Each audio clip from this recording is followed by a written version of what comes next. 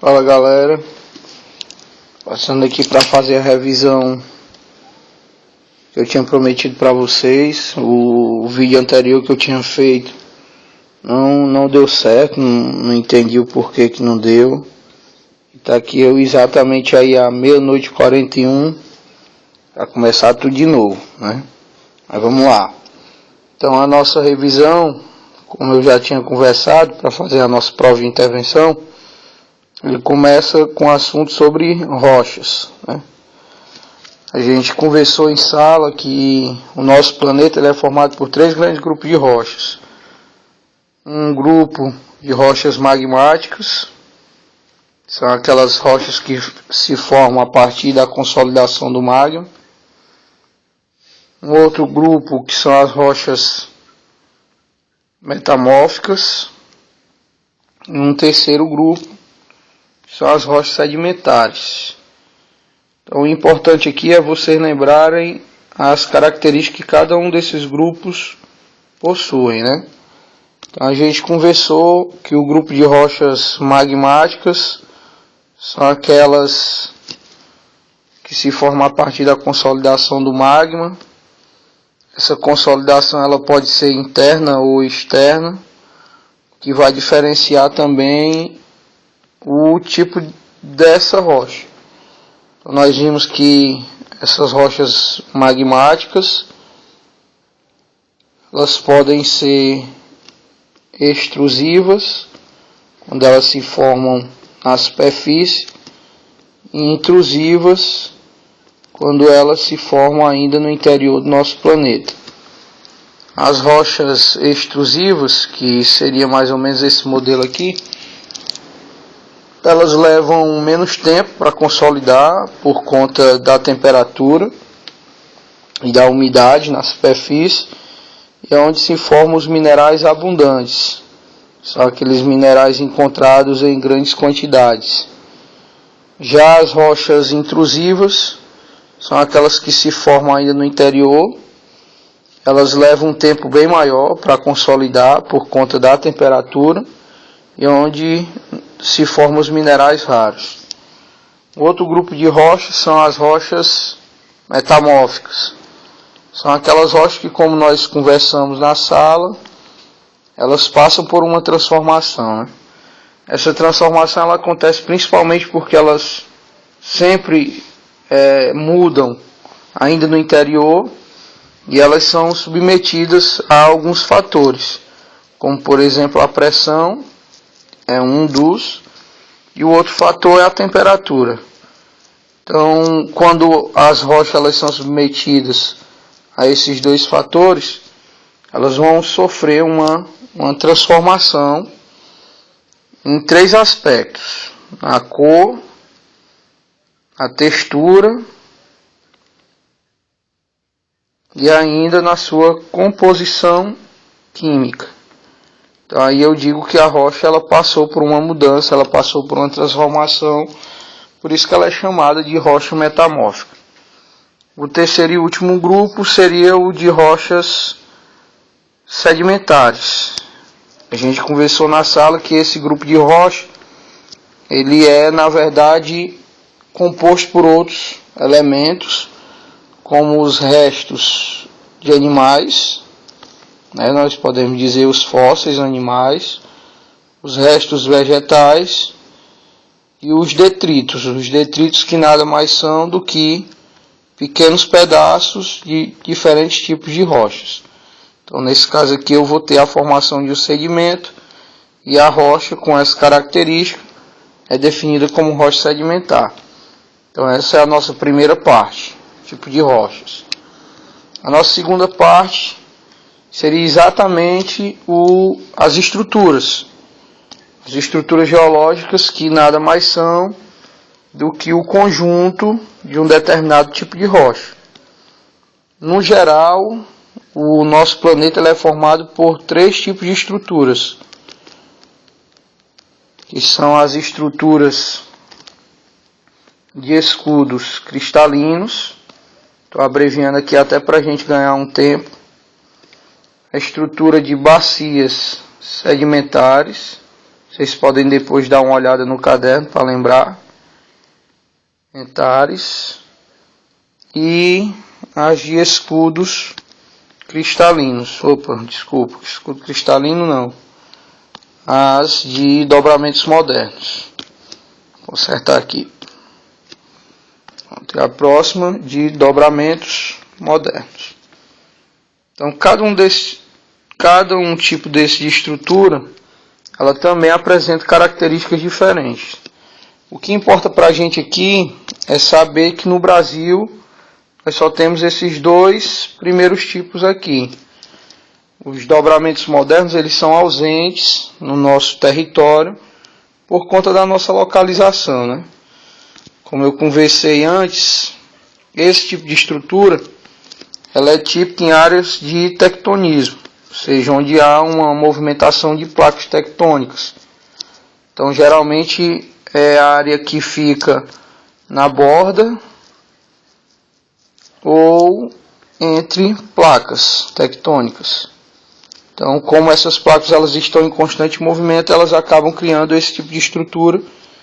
E como o nosso país ele se encontra no centro da placa sul-americana, então elas não existem no nosso território. Subindo aqui, a gente tem os escudos cristalinos. A gente viu que eles são os mais resistentes ao processo de erosão. São as estruturas mais antigas que existem no nosso planeta. São formadas basicamente por rochas magmáticas. E uma das características que a gente sempre precisa lembrar é a relação econômica que essa estrutura ela apresenta, que é do ponto de vista de reservas minerais.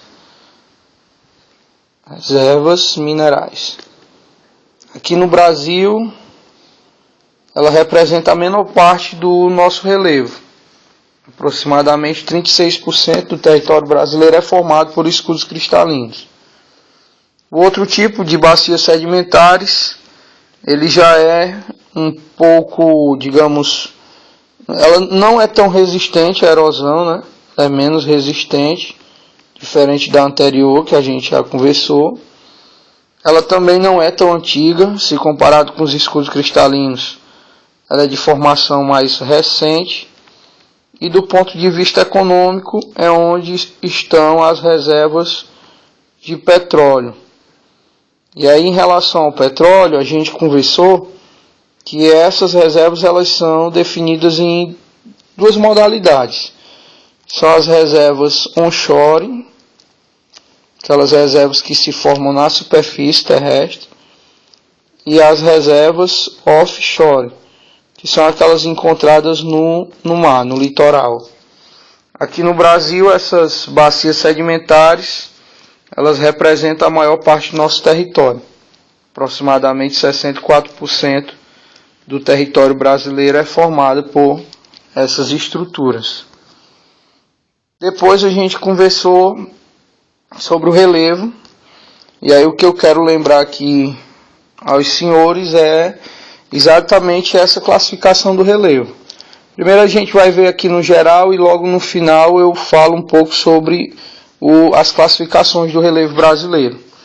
Então o relevo no geral, a gente pode classificar ele em relevo terrestre, como a gente fez, e em relevo marinho, como também nós fizemos na aula. Então nós temos as áreas de planície, como o próprio já diz, né, essencialmente planas. Se eu seguir aqui nesse desenho, eu vou ter as áreas de planalto, que são as áreas aí que são elevadas e que tem um plano no alto, até para justificar também o nome. Nós temos as depressões, que podem ser de dois tipos. As depressões relativas,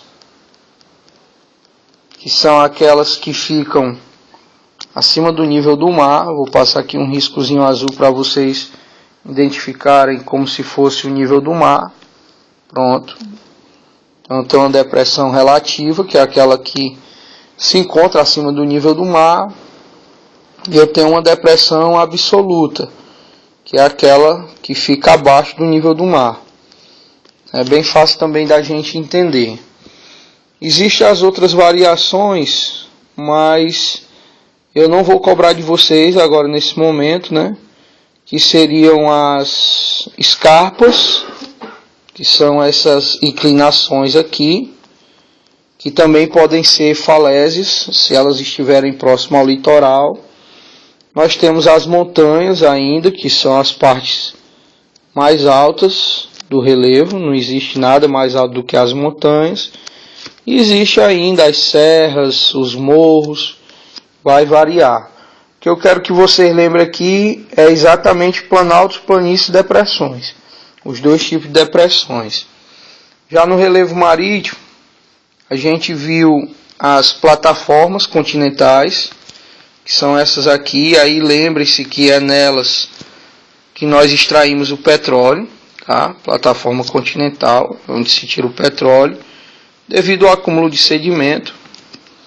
Nós temos a talude, que é essa parte,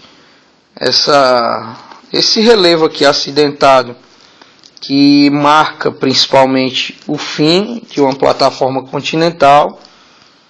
Nós temos ainda as fissuras, né, que nós chamamos de fossas oceânicas, e nós temos ainda as elevações, né, que a gente conversou também na aula, tá bom?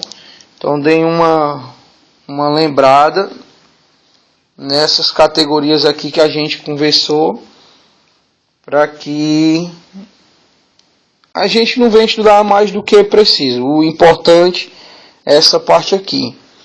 E por último, para a gente finalizar aqui o vídeo, a revisão, só para vocês terem um norte, a gente tem a parte de classificação, né? Quando nós conversamos sobre classificação do relevo brasileiro, a gente precisa entender que o nosso relevo ele foi classificado em 3 momentos diferentes. Em um primeiro momento, nós tivemos a classificação do Haroldo de Azevedo, que é Haroldo Azevedo. Aí vocês veem lá no caderno, tá? Esse Azinho aqui, bote ele maiúsculo, que é nome próprio, né? Aí, ó, aqui. Haroldo de Azevedo. Nós tivemos uma segunda classificação, que é aquela do rapaz com nome bem complicado, né? Aziz, Nassib, Absaber. Foi a segunda classificação. E a terceira e última classificação, que foi a do Jurandir Ross. Pronto, esses foram os 3 momentos de classificação do nosso relevo. Então, na primeira classificação, se levou em consideração a altitude como fator determinante.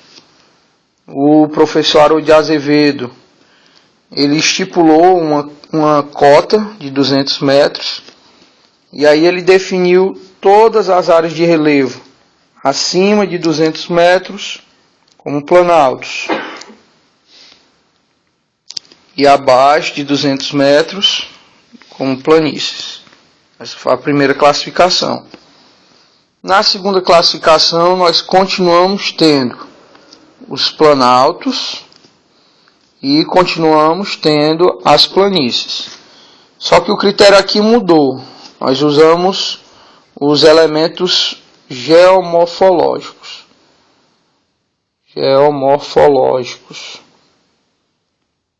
Tá? Nesses critérios aqui, ele conversou principalmente sobre a erosão e sobre a sedimentação. Então, como que ficou? As áreas de relevo, onde o processo de erosão, que é esse aqui em branco, fosse maior do que o de sedimentação, que eu pintei aqui de vermelho, nós iríamos definir como planalto. Como um planalto. Isso aqui é uma área de planalto. Por quê? Porque a erosão é maior do que a sedimentação, como você pode comparar.